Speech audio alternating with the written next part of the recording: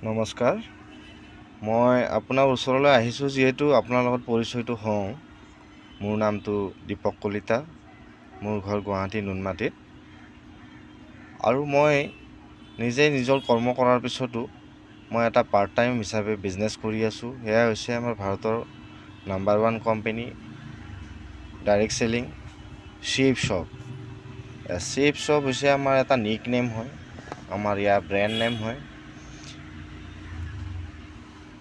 ইয়াত লিখা গৈছে যে ওৱান শ্বপ মেনি ব্ৰেণ্ডছ।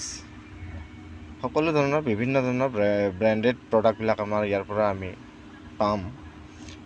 লগত ইয়াত লিখা গৈছে এক ৰাহ কামিয়াবী কি,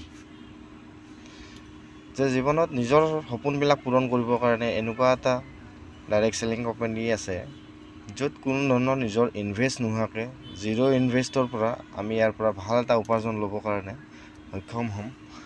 আমাৰ চিপ শ্বপ ব্ৰাণ্ডৰ আমাৰ সম্পূৰ্ণ নাম হৈছে safe and secure online marketing private limited.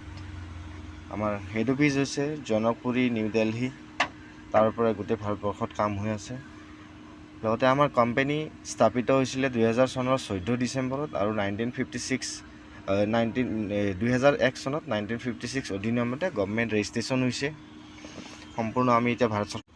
হয়, নমস্কাৰ, মই আকৌ আহিছোঁ যে আমি ইয়াৰ পৰা যিকোনো এটা প্ৰডাক্ট লোৱাৰ বিনিময়ত ইয়াৰ পৰা আমি কি পাব পৰা, কি অপশ্যন আছে বা কেনেকুৱা বিজনেছ অপশ্যন হয় সেইটোৰ বিষয়ে অকণমান কথা পাতোঁ। যে আমি যিকোনো আজিকালি অনলাইনৰ যুগ, আমি যিকোনো বস্তুৱে আমি অনলাইনৰ দ্বাৰা অৰ্ডাৰ কৰোঁ। ফ্লিপকাৰ্ট হওক, এমেজন হওক, আমি তাত প্ৰডাক্ট কিছুমান অৰ্ডাৰ কৰোঁ। যে আমি তাত কি হয়, প্ৰডাক্টটো চিলেক্ট কৰোঁ, পইচা দিওঁ, তেওঁলোকে আমাক প্ৰডাক্টটো ঘৰত দি থৈ যায়। তাৰ বাহিৰেতো তেওঁলোকৰ লগত আমাৰ কোনো ধৰণৰ ৰিলেশ্যন নাই, সম্বন্ধ নাই। আমি আকৌ যেতিয়া প্ৰডাক্ট কিনিম তেতিয়া আমি আকৌ এজন নতুন কাষ্টমাৰ তেওঁলোকৰ কাৰণে।